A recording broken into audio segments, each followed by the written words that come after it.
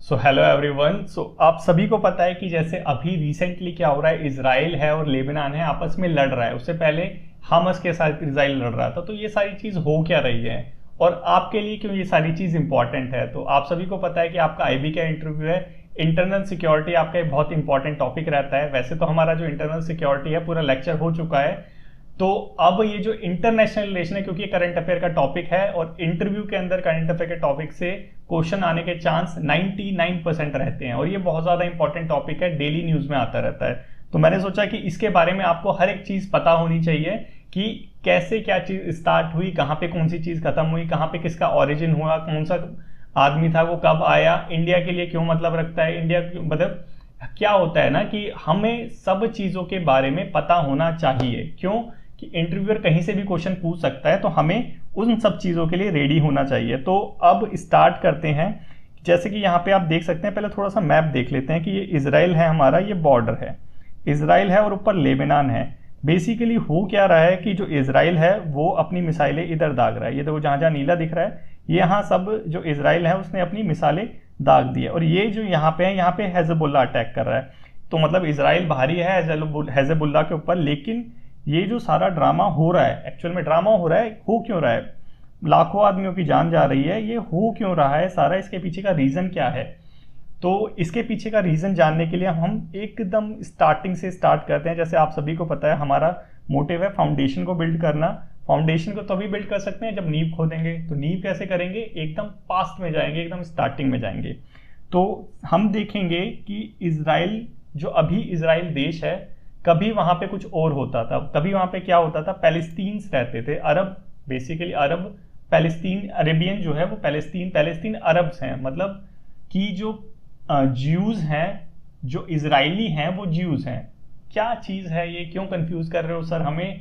देखो मैं सिंपल भाषा में तुम्हें बताता हूं कि हम कौन है। हम इंडियन हैं, ठीक है। तो वहां जो रहते हैं वो कौन है? इजरायली हैं। हम कौन है? हम हिंदू हैं, मैं हिंदू हूं।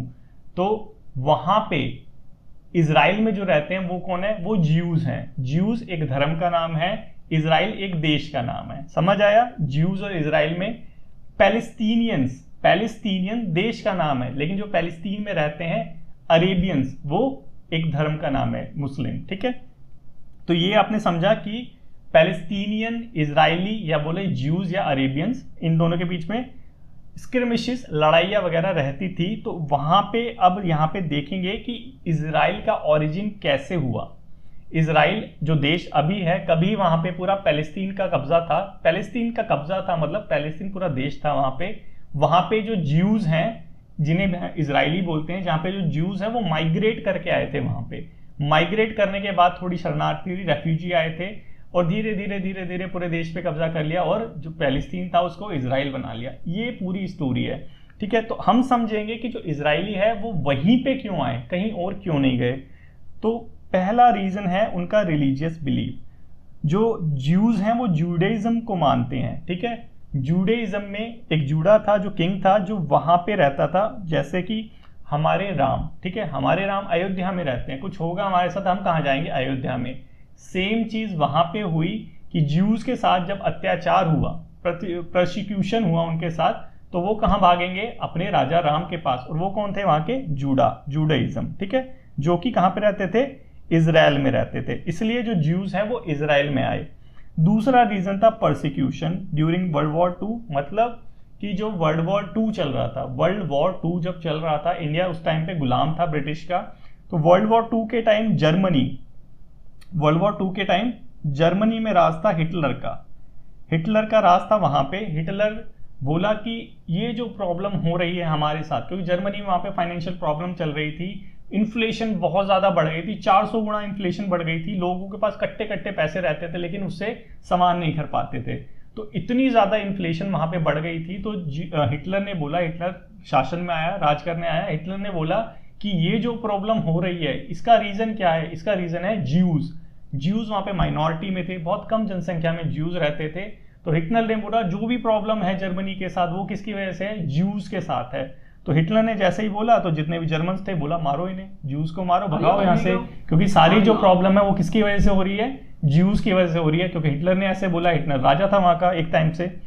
तो जैसे ही ये हुआ तो वहां पे हिटलर के कहने के बाद ये सारी चीजें ज्यूज पे प्रताड़ना चालू हो गई, ज्यूज के साथ प्रोसिक्यूशन चालू हो गया, रियॉट्स वगैरह चालू हो गए, ज्यूज को जहां देखते थे वहीं गोली मार देते थे, उनको कॉन्सेंट्रेशन कैंप में ले जाते थे, उनसे काम करवाते थे, खाने को नहीं देते थे। बहुत ज्यादा जो कहते हैं कि दयनीय, जो बिल्कुल बहुत ज्यादा जो इनह्यूमन कंडीशन जिसे कहते हैं, अमानवीय जो परिस्थिति वो उत्पन्न कर देती है, वो डेवलप कर देती है कहाँ पे, जर्मनी में, कि वहां पे ज्यूज का रहना एकदम इम्पॉसिबल हो गया था, कि वहां पे ज्यूज रह ही नहीं सकता, मरना पड़ेगा उसको।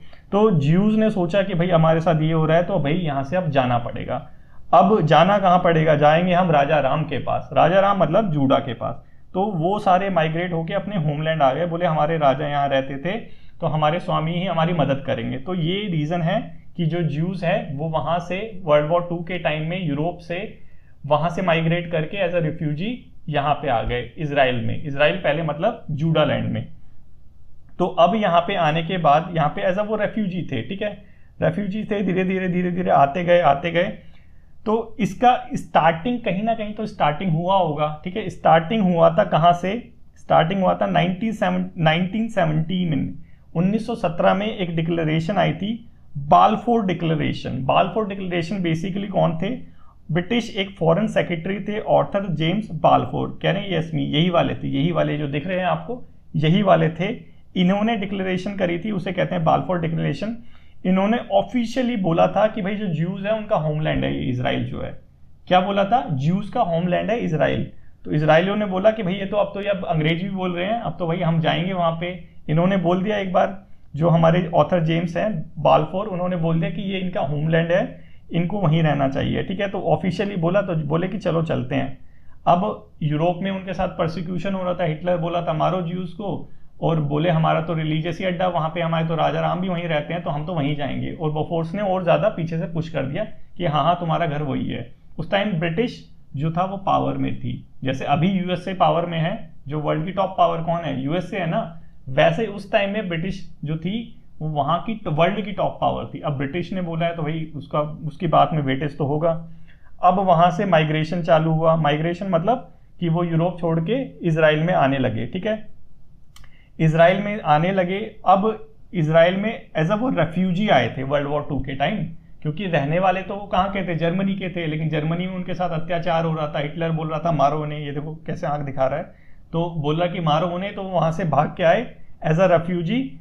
किसकी वजह से, हिटलर की वजह से। और आने के बाद यहाँ पे भीड़ भड़क्का कर दिया एकदम कि भाई अब वहां पे जगह नहीं रह गई, झोपड़ा पट्टी में डाल डाल के रहने लगे। जैसे आप देखते हैं बांग्लादेशी आ जाते हैं, कैसे रहते हैं, दिल्ली में देखते होंगे ना, यहाँ पे जो कच्ची जो झुग्गियां बना रखी है, बांग्लादेशी है सारे। कहाँ से आए हैं, बांग्लादेश से आए। क्यों आए हैं बांग्लादेश से, वहां पे उनके साथ अत्याचार हो रहा है, ठीक है। तो वो वहां से आ गए, वैसे यहाँ से वैसे यूरोप से ज्यूज आ गए कहाँ पे, इसराइल में। अब आने के बाद यहाँ पे टेंशन डेवलप हो गई, टेंशन बेसिकली होगी, क्योंकि अब वहां पे एम्प्लॉयमेंट की कमी आएगी, खाने की कमी आएगी, रिसोर्सेज पे प्रेशर बढ़ेंगे, तो ऑब्वियस सी बात है कि लड़ाइयाँ तो होंगी ही होंगी। सेम चीज वहां पे भी चालू हो गई इसराइल के अंदर। जब ज्यूज इतनी ज्यादा संख्या में आ गए तो ये जो पैलेस्तीन थे ये बोले कि इनकी वजह से प्रॉब्लम हो रही है, यहाँ पे एम्प्लॉयमेंट की कमी हो गई है, रिसोर्सेज थे, सामान महंगा हो गया है, डिमांड, वही जो हमारी जो इकोनॉमिक्स है वो यहाँ पे लग जाती है कि डिमांड ज्यादा है और प्रोडक्शन कम है तो ऑटोमेटिकली दाम बढ़ जाएगा। सेम चीज ही प्रॉब्लम चालू हो गए। अब उनके बीच में टेंशन, लड़ाइयाँ वगैरह चालू हो गई। तो यूएन ने 1948 में बोला कि यहाँ पे सॉल्यूशन निकालना पड़ेगा। उसने सजेस्ट करा 2 स्टेट सॉल्यूशन का। 2 स्टेट सॉल्यूशन मतलब कि जो पूरा इसराइल, अभी जो पूरा इसराइल दिख रहा है, उसे बोले कि इसको 2 स्टेट में डिवाइड कर दो। जो पहला स्टेट बनेगा वो बनेगा इसराइल, जहां पे कौन रहेंगे, ज्यूज रहेंगे। दूसरा जो स्टेट बनेगा वो बनेगा पैलेस्तीन, जहां पे कौन रहेंगे, अरब रहेंगे। ठीक है, समझ आया यहां तक।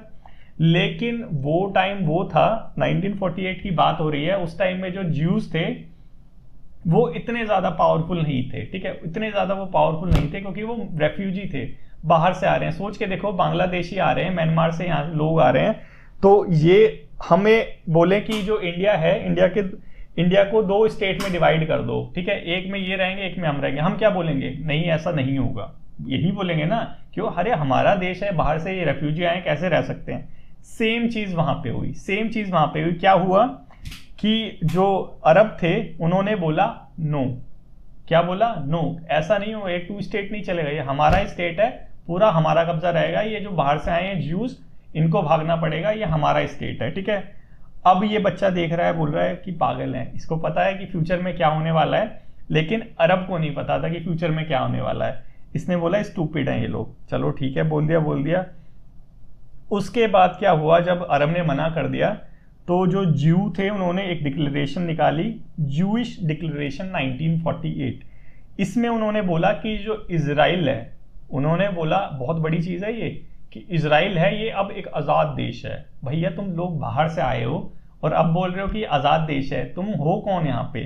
सेम वही कि बांग्लादेशी यहाँ के आके बोले कि ये अब आज़ाद देश है, ये हमारा मिनी बांग्लादेश है, ठीक है, इंडिया में आके बोले। सेम ऐसी चीज़ हुआ, जूइश डिक्लेरेशन हुई, इजराइल ने बोला कि हम एक इंडिपेंडेंट नेशन है, हम एक अलग देश हैं, और जो पूरा जो एरिया था जो अभी इजराइल है, बोला ये हमारा एरिया है, ठीक है। अब यहाँ पे ये चीज़ हुई, अरब मुस्लिम्स हैं, ठीक है, पूरा मिडिल ईस्ट जो है सब मुस्लिम्स है, चाहे सिया हो सुन्नी हो, है तो एक ही धर्म के, ठीक है, धर्म वाले अपना एक साथ जुड़ेंगे ही जुड़ेंगे। सेम ये चीज़ वहाँ पे भी हुई, इजिप्ट मुस्लिम देश, जॉर्डन मुस्लिम देश, सीरिया, लेबनान, ठीक है, ये सारे लोग एक हो गए कि यार ये बाहर से आए हैं, और बाहर से आने के बाद हमारा जो मिडिल ईस्ट है, अरेबियन जो पेनिनसुला है, यहाँ पे कब्जा जमा रहे हैं, ऐसा कैसे हो सकता है? बोले कि भैया हम साथ हैं, हम साथ नहीं छोड़ेंगे, ठीक है, हम मिलकर लड़ेंगे। इजिप्ट ने बोला, जॉर्डन ने बोला, सीरिया ने बोला, लेबनान ने बोला, सब ने अटैक करा, इन चारों ने मिलके पैलेस्तीन के साथ, इन चारों ने मिलके पैलेस्तीन के साथ इजराइल पे अटैक करा। अब सोचने वाली बात है भाई, हम सोचेंगे यार ये इतने बड़े बड़े दो देश जो पहले से वहां पे हैं ऑलरेडी, इजराइल तो भैया बाहर से, इजरायली जो हैं, ज्यूज जो हैं वो बाहर से आए हैं, उन पे इतना कहाँ रिसोर्सेज होगा? ये 4-5 मतलब मोटे मोटे जो होते हैं बदमाश टाइप के, वो एक पतले से आदमी को मारे तो वो तो बोलेगा यार मैं तो वैसे ही मर जाऊंगा। लेकिन यहाँ पे उल्टा हो गया, इजराइल जो था वो जीत गया, इजराइल यहाँ पे जीत गया। अब यहाँ पे टेंशन स्टार्ट हुई, और यहीं से जो अरब और इजरायली कॉन्फ्लिक्ट है वो स्टार्ट हुआ, क्योंकि यहाँ पे अरब इजराइल ने क्या करा, उनको हरा दिया। तो यहीं से हमारी जो सारी स्टोरी है वो चालू हो जाती है। यहाँ तक समझ आ गया? अब चलते हैं, देखो अब जब इजराइल ने इन सारे लोगों को हरा दिया तो अब भागेगा कौन? बताओ कौन भागेगा? अब भागेंगे पैलेस्टीन्स। क्यों भागेंगे? क्योंकि अब उनका प्रोसिक्यूशन होगा, क्योंकि अब इजराइल जीत चुका है, ठीक है। सेम वही चीज कि किसी देश में जैसे कि इंडिया पाकिस्तान का डिवाइड हुआ, ठीक है, पाकिस्तान में सारे मुस्लिम लोग चले गए, अब वहां पे जो हिंदू लोग रहेंगे, ठीक है, जो माइनॉरिटी रहेगी उसको वहां से भागना पड़ेगा, ठीक है।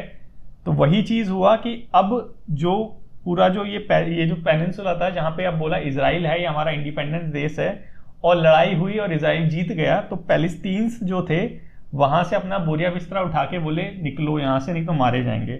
सेम चीज हुई इसके वॉर के बाद, और भागे कहाँ? लेबनान में भागे। अब वही चीज भैया, तुम यहाँ के रेफ्यूजी वहां भागोगे तो वहां पे फिर टेंशन क्रिएट होगा।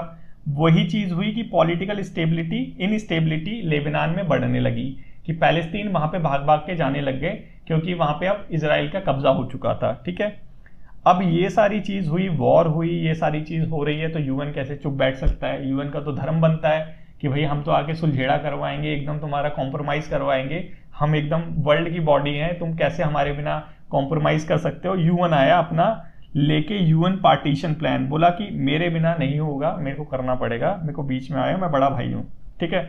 यूएन लेके आया अपना यूएन पार्टीशन प्लान, बोला जॉर्डन ऊपर वाला देश, जॉर्डन भी था उस फाइट में। जॉर्डन बोला कि जॉर्डन तू एक काम कर कि तू वेस्ट बैंक देख ले, ठीक है, उसके बाद तू देख ले जेरूसलेम जो होली साइट है उसको देख ले, मतलब इन दोनों साइट पे जॉर्डन का कब्जा रहा। उसके बाद इजिप्ट से बोला तू गाजा स्ट्रिप देख ले, देखो ये वाली गाजा स्ट्रिप है, यहाँ पे वेस्ट बैंक है और यहीं पे जेरूसलेम है, ठीक है। तो ये सारा बंटवारा हुआ कि इजिप्ट से बोला कि तू गाजा स्ट्रिप देख ले, जॉर्डन से बोला तू वेस्ट बैंक देख ले और जेरूसलेम देख ले, ये साइट्स देख ले, ठीक है। तो ये सारी जब चीजें हुई तो पैलेस्टीन्स बोले कि अरे मैटर तो हमारा था, तुम तो आपस में वो सारी चीजें करने लग गए, यहाँ जॉर्डन कहाँ से आ गया, यहाँ इजिप्ट कहाँ से आ गया? मैटर तो पैलेस्टीनियंस का था ना, पैलेस्टीनियन और इजरायली के बीच में लड़ाई थी। यहाँ पे जो पैलेस्टीनियन की जो प्रॉब्लम थी उस पर तो किसी का ध्यान ही नहीं था। तो इसी चीज से परेशान होके, और ऊपर वहां पे लेबनान में इंस्टेबिलिटी बढ़ रही थी, इसी चीज से परेशान होके जो पैलेस्टीनियंस थे उन्होंने क्या एस्टेब्लिश किया? पैलेस्टीनियन लिबरेशन ऑर्गेनाइजेशन, PLO, ठीक है। ये यहाँ पे जो पैलेस्टीनियन थे उनकी जो आवाज है यहाँ पे बुलंद होने लग गई। अब आपको पता होना चाहिए यहाँ पे कि जो PLO है इसको भी जो इंडिया है वो रिकॉग्नाइज करता है। इंडिया कहता है कि जो PLO है, पैलेस्टीनियन लिबरेशन ऑर्गेनाइजेशन, एकमात्र ऐसी एजेंसी है जो पैलेस्टीनियन के लिए आवाज उठाती है। तो इंडिया ने इसको रिकॉग्नाइज करा हुआ है, ठीक है। तो यहाँ पे जो PLO आया इसका एम भी यही था कि जो पैलेस्टीन है उसको फ्री करना है और जो ज्यूज हैं उनको वहां से भगाना है, ठीक है। इतना समझ आ गया होगा। उसके बाद चलो आगे चलते हैं। अब PLO भी आ गया, ठीक है। ये बहुत मेन बॉडी है, ये पता होना चाहिए कि इसका रीजन क्या था, इसका ओरिजिन होने का रीजन क्या था। बताया, कोई पूछेगा तो बता देना उसको, ठीक है, कि भाई UN पार्टीशन प्लान हुआ, पैलेस्टीनियन के लिए तो कुछ हुआ ही नहीं था, उनका तो क्राइसिस वैसे का वैसा था। तो पैलेस्टीनियन ने बोला कि भाई हमें खुद के लिए कुछ करना पड़ेगा, तो उन्होंने भी एक संगठन बनाया PLO, ठीक है, जो पूरे पैलेस्टीनियन के लिए आवाज उठाता है।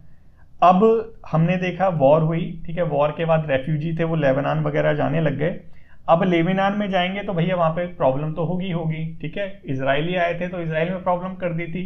इजरायली ज्यूज यूरोप से आए थे तो पूरे जो इजराइल एरिया है हमें अभी वहां पे प्रॉब्लम क्रिएट करती थी। पैलेस्टीनियन आराम से रहते थे, उनको भगा के वो सारी ये वॉर कर दी। अब जो पैलेस्टीनियंस थे ये लेबनान जाने लगे, ठीक है, ऊपर की साइड लेबनान जाने लगे।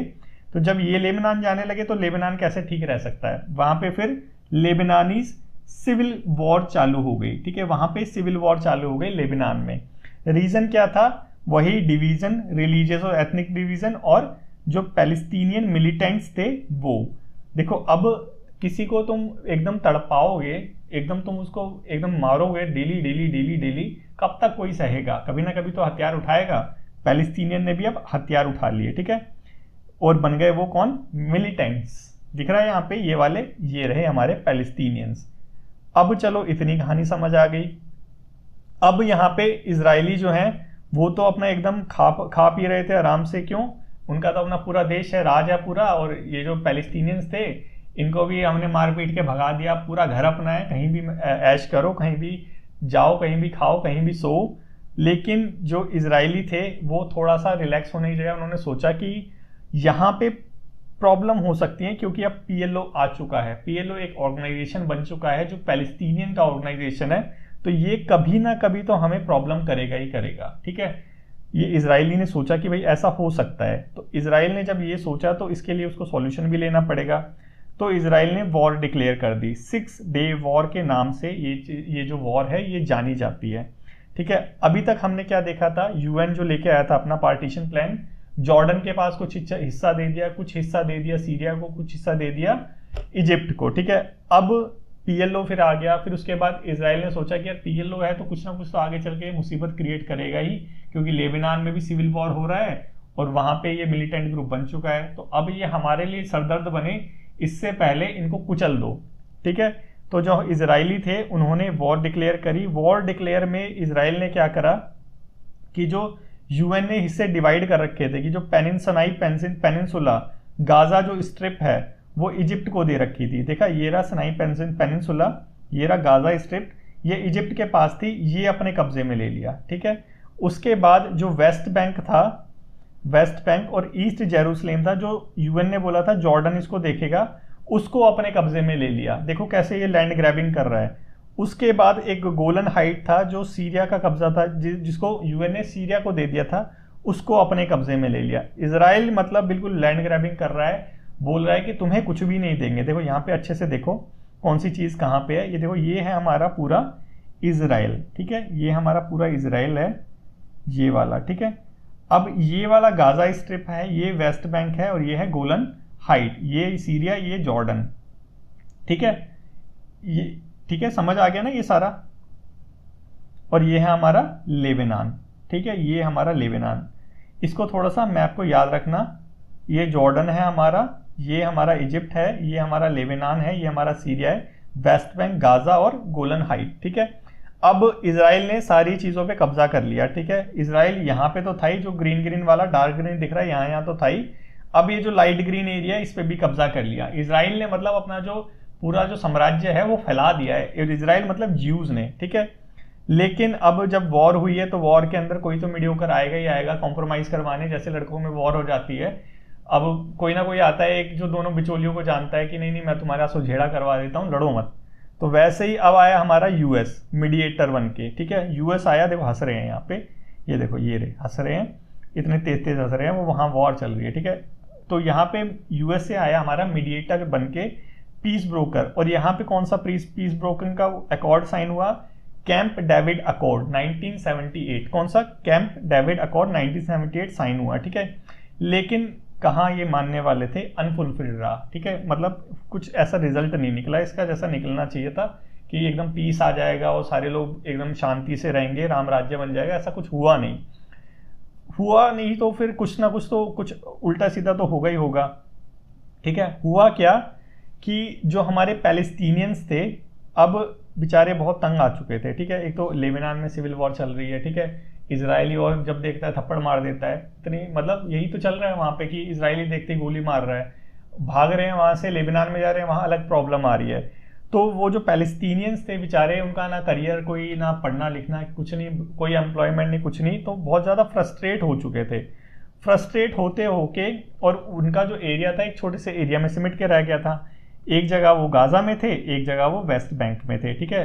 पैलेस्टीनियन कहाँ कहाँ थे, एक जगह यहाँ गाजा में, एक जगह यहाँ वेस्ट बैंक में रहते, सिर्फ इतनी सी जगह में रह गए थे। कहाँ, वो ये पूरा जो है ये वाला इजराइल एरिया, यहाँ रहते थे वो, ठीक है। अब वो ये थोड़ी सी जगह में सिमट के रह गए थे, और इजराइल यहाँ पे भी नहीं रहने दे रहा उनको। क्यों, उसने छीन लिया है ये इजिप्ट से एरिया, और वहाँ से ये जॉर्डन से छीन लिया है।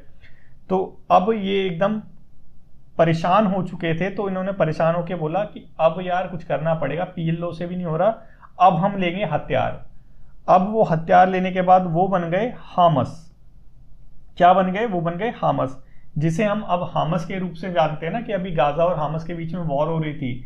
गाजा और हामस के बीच मतलब गाजा और ये मतलब इजराइल और हामस के बीच में वॉर हो रही थी, इजराइल और गाजा स्ट्रिप के बीच में। इजराइल ने गाजा स्ट्रिप में हमला करा था ना, देखो इस वाले एरिया में, इस वाले एरिया में कौन रहते थे, इस वाले एरिया में रहते थे कौन, हामस, ठीक है। हामस के ऊपर हमला हो रहा था।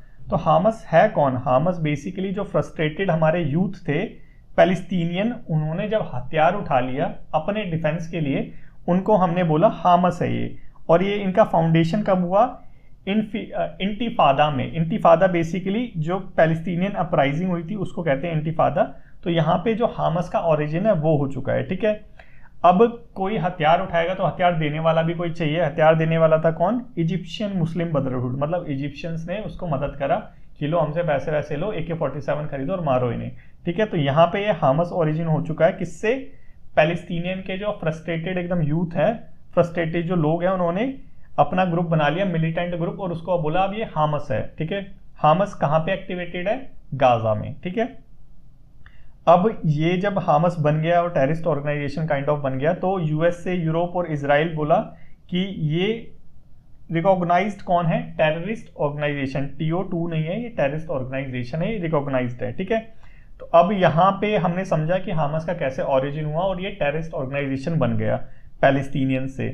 अब शांति किसको पसंद नहीं होती, ठीक है। अब जब डेली डेली लड़ाइयाँ होंगी या ईंटें मारेंगे इधर उधर, तो क्या करेंगे कि हम आपस में कॉम्प्रोमाइज करने के लिए खुद जाएंगे आगे, ठीक है। भले हम कितने भी बाहुबली हो, लेकिन अगर डेली डेली की हम बाहर निकल रहे हैं तो वहां से पत्थर आ रहे हैं, और वो बाहर निकल रहा है तो हमारे यहाँ से पत्थर आ रहे हैं, तो हम क्या करेंगे, करेंगे कि यार कुछ सोल्यूशन निकाल लो, क्यों ये कब तक चलेगा।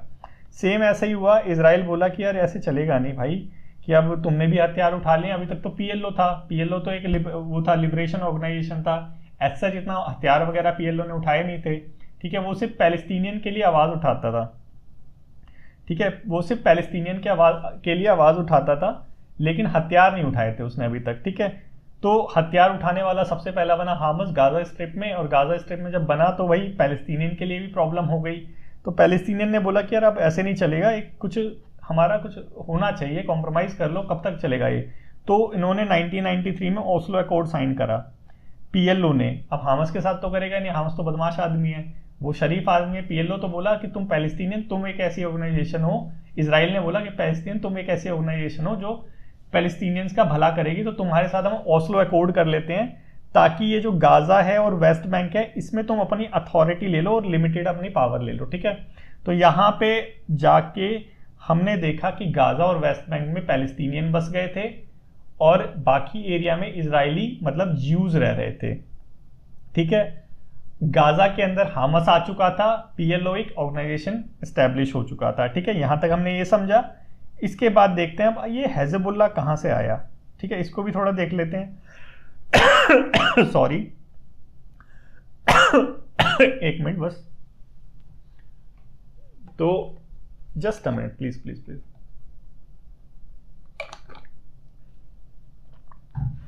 तो यहां तक हमने ये समझा। ठीक है, तो अब जब ये सारी चीजें हो रही थी, ये जो हमारा कैंप डेविड वाला अकॉर्ड हुआ था, तो गाजा वाली हमने स्टोरी समझ ली, हामस और ओस्लो अकॉर्ड की कैसे कैसे चीजें हुई।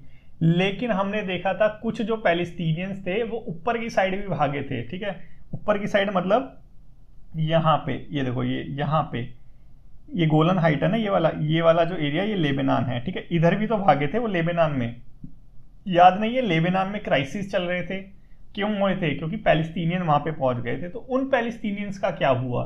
नीचे वाले तो हामस बन गए, कुछ जो पीएलओ बन गए, बाकियों का क्या हुआ जो ऊपर की साइड गए?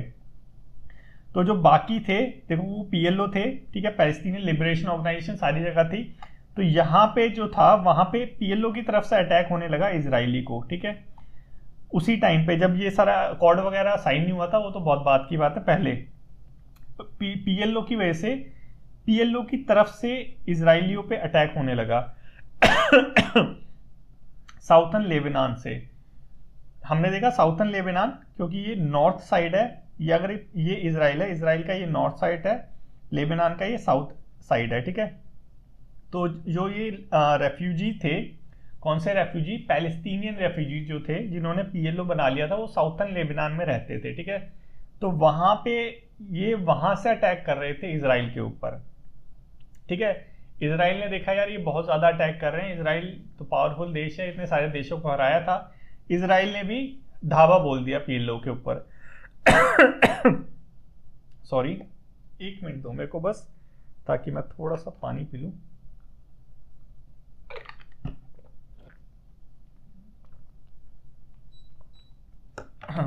ठीक है, तो अब ये सारी जब चीजें हो रही थी, तो ये जो थे, हाँ ये वाले पीएलओ जो थे, इन्होंने जो इजराइल है उसके ऊपर हमला करा। इजराइल ने बोला यार ये छोटा सा पीएलओ है, अभी वो अकॉर्ड साइन हुआ, अभी बीच की बात चल रही है, बहुत उधर वो फ्रस्ट्रेटेड है, वो हामस वगैरह बनाएंगे, इधर ही अलग स्टोरी चल रही है। ऊपर की साइड पीएलओ ने वहां पे अटैक करा, इजराइल ने पूरा लेबनान के अंदर घुस के, मतलब साउथर्न लेबनान में घुस के अटैक करा। और जब इजराइल वहां से निकल रहा था, मतलब अब विड्रॉ भी तो करेगा, एक बार अटैक कर दिया तो विड्रॉ भी करेगा, तो वहां पे एक मिलिटेंट ग्रुप था इजरायली, बेसिकली वो यही थे, पैलेस्टीनियंस थे, हिजबुल्लाह, वो पावर के अंदर आ गया वहां पे। क्यों? क्योंकि ये सारी चीजें हो रही थी, पीएलओ को पीट पाट के चले गए, बोले कि ये हमारा दादा है। कौन? हिजबुल्लाह वहां पे ओरिजिन में आया, पावर में आया। ठीक है, और हिजबुल्लाह को सपोर्ट कहां से मिल रहा था? हिजबुल्लाह को लेबनान में है एक बेका वैली और एक बैरूत, साउथर्न बैरूत, बेसिकली यहाँ के जो लोग थे, यहाँ के जो वो रहने वाले थे, ये हिजबुल्लाह को सपोर्ट करते थे, मतलब ये जो थे ये पैलेस्टीनियन कॉज को सपोर्ट करते थे। ठीक है, ये सारी चीजें हुई और ये आप देखेंगे ये न्यूज के अंदर भी आता है, अभी देखेंगे आगे चल के कहाँ आता है। तो ये सारा हमने देखा। इसके बाद फिर सेवरल और वॉर्स होती गई, 7 डे वॉर हुई, ऊपर लेबनान के साथ हुई, ये सारी 1996 में हुई, 2006 में हुई। तो ये सारी वॉर वहां पे चलती गई। जो अकॉर्ड साइन करा था वो करा था गाजा स्ट्रिप में जो पैलेस्टीनियन रह रहे हैं उनके साथ। वो जो ऊपर वाले थे वो हिजबुल्लाह बन गए, नीचे वाले जो मिलिटेंट थे वो हामस बन गए, बाकी जो लोग थे वो पीएलओ रह गए, पैलेस्टीनियंस रह गए। ठीक है, पैलेस्टीनियंस के साथ उसने अकॉर्ड साइन कर लिया था, लेकिन पैलेस्टीनियन में भी जो उग्रवादी, मतलब जो उग्र पैलेस्टीनियंस थे वो हामस बन गए थे, उनके साथ कोई अकॉर्ड साइन नहीं हुआ था। उसके साथ अभी भी इजरायली की जो थी लगड़ा झगड़ी चलती रहती थी। ऊपर जो हिजबुल्लाह थे, जो पैलेस्टीनियन हिजबुल्लाह बन गए, उनके साथ चलती रहती थी। वही सेम चीज जैसे इंडिया के अंदर कोई एक्स दल बन जाता है, कोई वाई दल बन जाता है, और जो हम इंडियन हैं वो अलग से रहते हैं। ठीक है, सेम ऐसी चीज हुई कि हम में से ही कुछ लोग ये बन गए, हम में से कुछ लोग वो बन गए, और बाकी जो कहीं नहीं गए वो हम नॉर्मल के नॉर्मल रह गए। सेम चीज कोई हामस बन गया, कोई हेजबुल्ला बन गया, जो कुछ नहीं बना वो पैलेस्टीनियन बन गया। समझ आ गया? अब देखते हैं करंट में क्या चल रहा है। ये तो थी सारी स्टोरी अब तक की, कहाँ से हेजबुल्ला आया, कहाँ ये हामस आया, कैसे क्या चीज़ें हुई सारी। अब देखते हैं करंट में क्या चल रहा है। देखो करंट में गाजा वॉर चल रही है। गाजा वॉर का रीजन क्या है? देखो गाजा वॉर का रीजन पैलेस्टीनियन तो हो नहीं सकते। क्यों? पैलेस्टीनियन मतलब पीएलओ वाले, ठीक है, पीएलओ तो नहीं हो सकता। क्यों? पीएलओ के साथ तो अकॉर्ड साइन हो रखा है, हामस के साथ नहीं हो रखा, हेजबुल्ला के साथ नहीं हो रखा।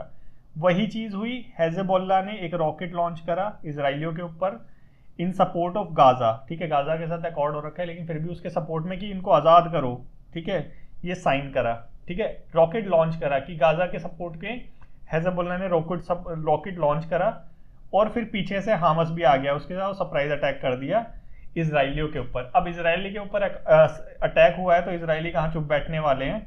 इसराइलियों ने फिर गाजा स्ट्रिप में जो करा वो हम सबको पता है, ठीक है, वहां पे अब रहने लायक सिचुएशन नहीं है। आए दिन वॉर होती रहती है, कभी कोई सी मिसाइल गिरती है, कभी कोई सी, पूरा मतलब अभी चल रहा था, बहुत ज्यादा चला है ये एक साल। देखो 2023 से 24 तक चला है गाजा वॉर। और गाजा जो है इनहेबिटेबल साइट बन चुकी है, मतलब वहां रहने लायक वो गाजा जो स्ट्रिप है वो है नहीं अब।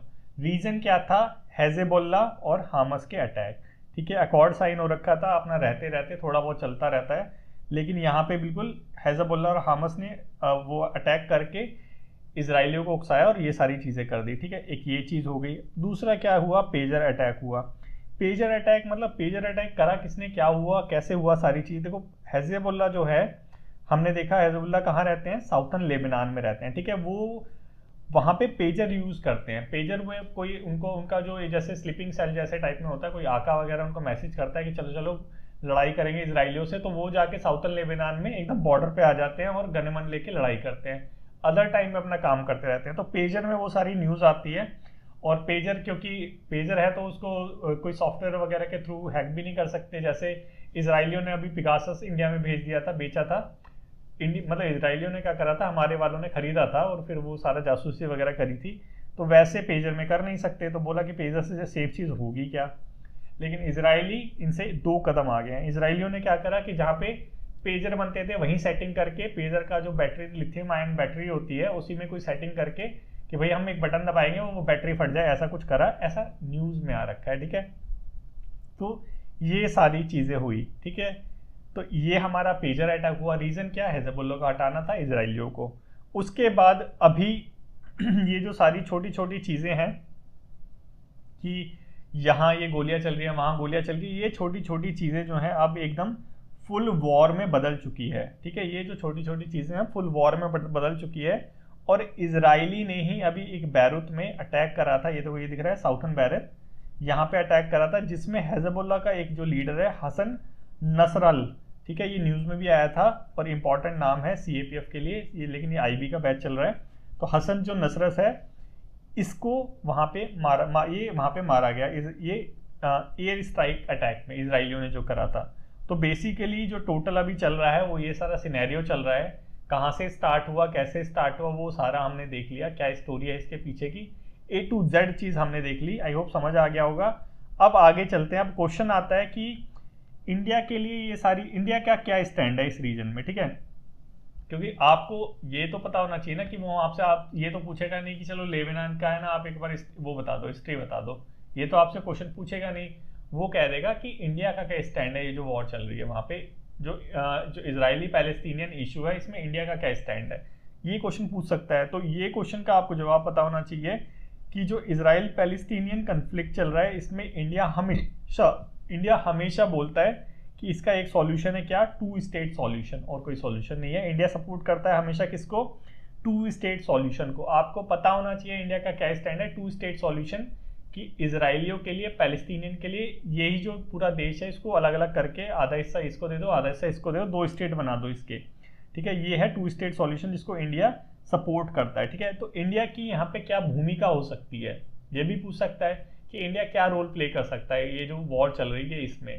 तो इंडिया यहाँ पे एक बहुत ही महत्वपूर्ण जो इंपॉर्टेंट रोल है वो प्ले कर सकता है। कैसे?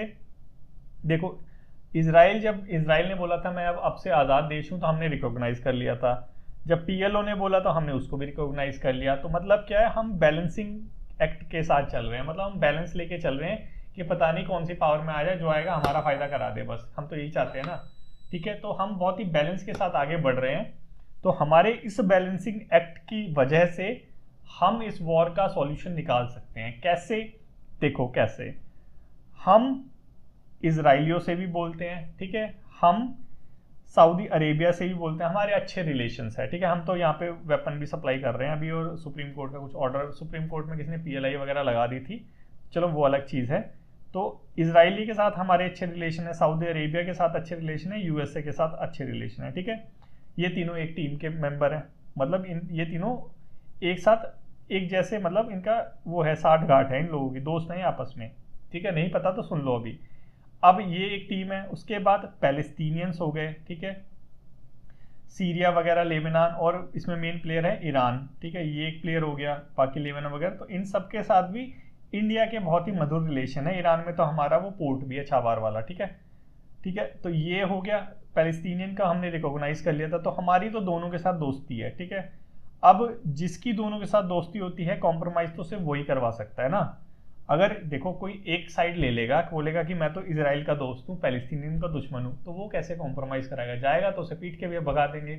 कॉम्प्रोमाइज कराता कौन है? जो दोनों पार्टी का दोस्त होता है ना, वही तो करवाता है ना। सेम यहाँ पे भी चीज है, इंडिया जो है वो इसका भी दोस्त है, इंडिया इसका भी दोस्त है। तो इंडिया का यहाँ पे क्या इंपॉर्टेंट रोल हो सकता है? इंडिया यहाँ पे मेन रोल प्ले कर सकता है as a peace maker, as a peace maker, ठीक है। इंडिया यहाँ पे पीस मेकर का रोल प्ले कर सकता है। कैसे कर सकता है? आपने समझ लिया कि इंडिया दोनों पार्टी का दोस्त है, दोनों का दोस्त है, तो ये बिचौलिया बन के बोलेगा कि यार ये बंद करो, ये इनमें कुछ नहीं रखा।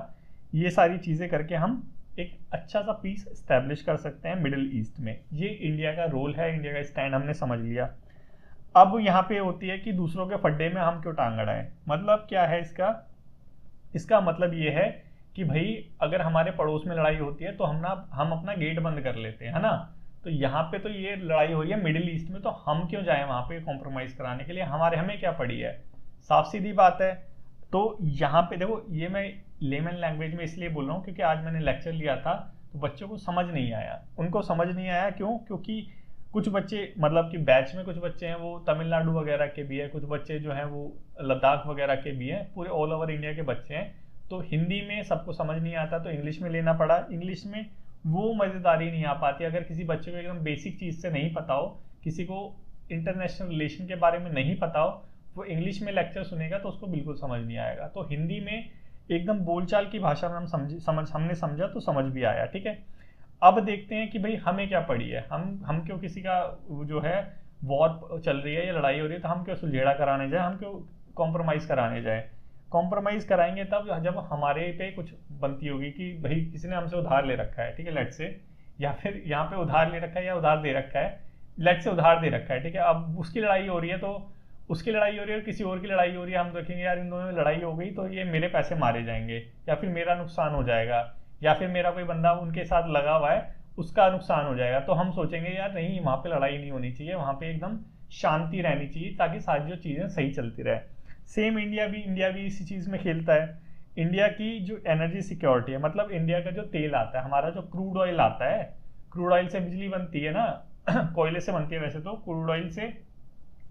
क्रूड ऑयल और नेचुरल गैस हमारी ये एनर्जी सिक्योरिटी को सिक्योर करता है। मतलब जो हमारी एनर्जी है उसकी सिक्योरिटी के लिए ये जो मिडिल ईस्ट रीजन है ये बहुत ज़्यादा इंपॉर्टेंट है, ठीक है। 60 से लेके 65% तक जो हमारा क्रूड ऑयल है वो इस रीजन से आता है, मिडिल ईस्ट से, ठीक है। अब मिडिल ईस्ट से आता है और ये कुछ हमारे मेजर एनर्जी पार्टनर है। अगर देखो इस रीजन में मिडिल ईस्ट में भी वॉर हो रही है ना, पहले इजराइल लड़ा किससे? हामस से लड़ा, हेजबुल्ला आ गया, लेबनान से लड़ाई चालू होगी, लेबनान से आ गई, इराक ने भी मिसाइल अपनी दाग दी, ठीक है, इराक आ गया, अब सीरिया आ जाएगा, पूरा जो रीजन है ये वॉर में कन्वर्ट हो जाएगा। अब यहाँ से हमारा तेल आता है, हमारा पेट्रोल आता है, पेट्रोल महंगा होगा, पूरी सारी चीज़ें महंगी हो जाएगी। तो वो रीजन जहाँ से हमारा मेन जो रिसोर्स है वो आता है, तो उस रीजन में तो हम चाहेंगे हमेशा शांति रहे, इसीलिए इंडिया यहाँ पे एकदम पीस चाहता है। इस वॉर से हमें नुकसान है, ठीक है, समझ आ गया। दूसरी चीज़ काउंटर टेररिज्म, मतलब क्या कि देखो जो मिडिल ईस्ट जो रीजन है ये हमेशा एकदम स्वर्ग का काम करता है जो आतंकवादी लोग हैं उनके लिए। अलकायदा हो गया, ISIS हो गया, ये सारे जो लोग हैं इंडिया में शांति नहीं चाहते, इनके लिए सेफ हेवन है एकदम। वहाँ पे इनके बहुत सारे आका वगैरह रहते हैं, वहाँ पे एकदम चिल मारते हैं, ठीक है। तो वहाँ पे अगर ये सारी चीज़ें होंगी तो ये भी एक्टिवेट हो जाएंगे, ठीक है। एक्टिवेट हो जाएंगे तो कहीं ना कहीं हरकतें करेंगे, और हमारा जम्मू एंड कश्मीर जो रीजन है सबसे पहले तो डिस्टर्ब वहाँ पे करेंगे। तो वीडियो वगैरह देखी होगी, जो बोल रहे थे हिजबुल्लाह का जो साथ दे रहे थे, तो वहाँ पे डिस्टर्बेंस चालू हो गई। तो ये कहीं ना कहीं वहाँ की जो चीज़ें हैं हमारी इंटरनल सिक्योरिटी को भी थ्रेट है, ठीक है। तो इंडिया क्या करता है, इंडिया कोलैबोरेट करता है अपने दोस्तों के साथ, UAE हो गया, सऊदी अरेबिया हो गया, इजराइल हो गया, इनके साथ कोऑपरेट करके इंफॉर्मेशन इंटेलिजेंस गैदरिंग करता है। और ये जो काउंटर टेररिज्म कोऑपरेशन है ये यहाँ से सुचारू रूप से हम चलाते हैं, ठीक है। कि भाई कोई बाहर का जो बंदा है हमारे इंडिया में आ रहा है, कैसे कर रहा है, क्या चीज़ें चल रही है, वो सारी चीज़ों का पता लगाते हैं। ये चीज़ें समझ ली। उसके बाद अब देखो हमारा वहाँ से आता है पैसा। पैसा मतलब क्या, उधार ले रखा उन्होंने? नहीं भी, उधार नहीं ले रखा। वहाँ पे हमारे यहाँ के बंदे काम करने जाते हैं, ठीक है। तो यहाँ के जो इंडिया के जो 60 से 70% जो NRI हैं, 60 से 70% जो NRI है जो वहाँ पे पैसे कमाते हैं और फिर इंडिया में भेजते हैं, तो वो जो है उनको क्या होगा अगर वहाँ पे वॉर हो जाएगी, तो हमारे तो पैसे खत्म हो जाएंगे। वो जो लोग हैं वो बेरोजगार होकर फिर इंडिया में आएंगे। तो ये जो हमारे NRIs हैं वो यहाँ रहते हैं, देखो UAE, Saudi Arabia, Kuwait, Qatar, Oman, Bahrain, सारे जो मिडिल ईस्ट के रीजन है यहाँ रहते हैं, और यहाँ से हमारे आता है रिमिटेंस। और अभी देखा भी होगा आपने, वर्ल्ड माइग्रेशन रिपोर्ट 2024 की रिपोर्ट आई थी, उसमें भी बोला था कि इंडिया में भाई सबसे ज़्यादा रिमिटेंस आता है। अगर यहाँ पे वॉर हो गई, इस रीजन में अगर वॉर हो गई, तो हमारा तो इतना सारा जो पैसा आता है वहाँ पे वो मारा जाएगा, ऊपर से पैसा मारा जाएगा तो अलग वहाँ के जो बेरोजगार लोग हैं जो NRI बने फिरते हैं वहाँ पे, वो खाली जेब फिर इंडिया आएंगे और यहाँ पे आके फिर काम ढूंढेंगे और फिर बेरोजगारी फैलाएंगे। तो उनको भैया वहीं रहने दो, वहाँ पे शांति फैलाओ, ठीक है, वहाँ पे लड़ाई मत करो। ये हो गया। इसीलिए इंडिया चाहता है कि उस रीजन में हमेशा शांति रहे, for our diaspora and remittance, ठीक है। उसके बाद हमने देखो कुछ पैसे लगा रखे हैं, जहाँ हमारे पैसे लगे हुए होते हैं हम सोचते हैं कि यार वहाँ पे सफल रहे चीज़ें, वहाँ पे ये लड़ाई दंगा ना हो, ताकि हमारे जो पैसे हैं वो डूबे ना, ठीक है। तो हमने कहाँ पैसे लगा रखे हैं, देखो ईरान में। ईरान हमारा दोस्त है, देखो ईरान हमारा दोस्त है, हमने देखा था। ईरान में एक पोर्ट है, कौन सा, ये वाला पोर्ट दिख रहा है, ये देखो ये वाला छाबहार पोर्ट, ठीक है। ये इंडिया के लिए बहुत ज़्यादा इम्पॉर्टेंट है। ये जो पोर्ट है ये इंडिया के लिए बहुत ज़्यादा इम्पॉर्टेंट है, और इंडिया इसका जो पूरा बोले कि इसका जो सारा जो खर्चा है इंडिया उठा रहा है। इंडिया बोल रहा है कि मैं ही इसको बनवाऊंगा, मैं ही सारी चीज़ करूंगा, ईरान से एक चवन्नी नहीं लूंगा, ठीक है। तो इंडिया ने आप बहुत पैसा लगा रखा है कि मुंबई से सीधा हमारा जहाज है यहाँ पे जाएगा, और यहाँ से हमें अफगानिस्तान में एक्सेस मिल जाएगा, यहाँ से हमें ये जो सेंट्रल एशिया है यहाँ पे एक्सेस मिल जाएगा, तो हम यहाँ पे अपना माल बेच सकते हैं, ठीक है। तो इंडिया भी चला के भाई सामान बेचना चाहता है अपना, तो इसलिए यहाँ पे पैसा लगा रखा है। अगर इस रीजन में वॉर हो गई तो ये हमारा जो पैसा लगा हुआ है ये बेकार चला जाएगा, ठीक है। दूसरी चीज़ क्या, हमारा एक प्रोजेक्ट है INSTC। ये बेसिकली जो आपको दिख रहा है ये देखो INSTC north south transport corridor, ये जो येलो वाली जो लाइन दिख रही है ये सारा हमारा INSTC है मॉस्को तक। तो इंडिया ने क्या करा है, मॉस्को से फिर यहाँ पे हम यूरोप में घुस जाएंगे। तो हमने एक प्लान बनाया कि छाबहार बोर्ड को डेवलप कर देंगे, जब यहाँ पैसा लग ही जाएगा तो आगे जो रोड है वो भी बना देंगे। क्यों, क्योंकि वहाँ से फिर हम अपना जो माल है वो रोड के थ्रू भी ले जा सकते हैं, कि कल को इधर ब्लॉकेज वगैरह लगा दिया, कोई वो हो गया, समुद्र में पानी भर गया, ज़्यादा हो गया, कम हो गया, तो हम यहाँ से मतलब हमने अपना एक अल्टरनेटिव वे निकाल लिया है, बेसिकली बोलने की बात है ये, ठीक है। हमने एक अल्टरनेटिव वे निकाल लिया कि एक और हमारे पास रास्ता है कि हम यहाँ से भी अपना सामान जो है वहाँ ले जा सकते हैं, ठीक है। ये प्रपोज्ड है, अभी हुआ नहीं है। तो अगर ये इंडिया का प्लान है कि यहाँ से हम पैसे कमाएंगे, पोर्ट वगैरह में सामान वगैरह बेचेंगे, तो अगर ये इंडिया का प्लान है और इस रीजन में अगर मिसाइलें चल रही है तो कहाँ से कौन रोड बनाएगा वहाँ पे, वहाँ तो मिसाइलें चल रही है। इसलिए इंडिया क्या चाहता है कि इस रीजन में हमेशा शांति रहे, लेकिन इस रीजन में अभी क्या चल रहा है, लड़ाइयाँ चल रही हैं, ठीक है। समझ आया, ये लड़ाई में आ गया, ये पूरा रीजन लड़ाई में है, धीरे धीरे सब आ जाएंगे, ठीक है। उसके बाद ग्रुपिंग में बढ़ जाएंगे और जैसे पहले हुआ था वैसे हो जाएगा। और क्या है, और हमारा है रेड सी। अभी तो जो हमारा यूरोप में सामान जाता है हम यहाँ से ऐसे करके ले जाते हैं, और ये हमारा यूरोप में चला गया। अब अगर यहाँ पे लड़ाइयाँ होगी, अभी तो मिसाइलें इधर उधर हो रही हैं, अब फिर यहाँ पे जो शिप जा रहा होगा, लेट से हमारा माल जा रहा है, ये बोलेंगे कि ये इंडिया का माल जा रहा है, पता नहीं चलेगा उन्हें, यहाँ पे मिसाइल डालेंगे और ये खत्म, ये सीधा समुद्र में। अभी एक हुआ भी था, ठीक है, यूएसए का शायद वो था, यूएसए का था, पता नहीं कौन सा शिप था जिसपे यहाँ पे जो था उन्होंने मिसाइल कर दी थी। यहाँ यमन में जो प्रॉब्लम चल रही थी, बहुत पहले की बात है, 1-2 साल या 3 साल हो गए हैं। यमन में होतीज है ना, यमन में होतीज की वो वॉर चल रही थी, ओमान है ये, यहाँ पे वॉर चल रही थी, तो इन्होंने यहाँ पे जो शिप जा रहा था उस पर अटैक कर दिया, ठीक है, तो वो शिप वो डूब गया। तो सेम चीज़ अभी भी हो सकती है कि अभी कोई शिप वगैरह जाएगा तो पूरा मतलब हमारा जो ट्रांसपोर्टेशन सिस्टम है, इंटरनेशनल जो ट्रांसपोर्टेशन सिस्टम है वो पूरा रुक जाएगा। ये बेसिकली प्रॉब्लम है।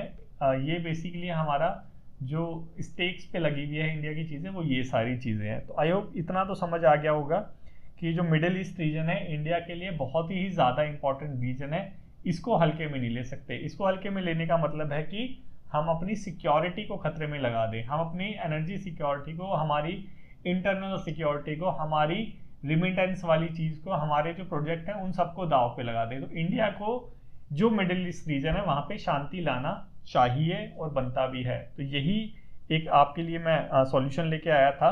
तो आई होप आपको सब कुछ समझ आ गया होगा, और आपसे अगर कोई क्वेश्चन पूछेगा तो आप बताने के लिए सक्षम है। So thank you so much for joining this lecture, for watching this lecture. अगले लेक्चर में फिर मिलते हैं। अगर आपको और कोई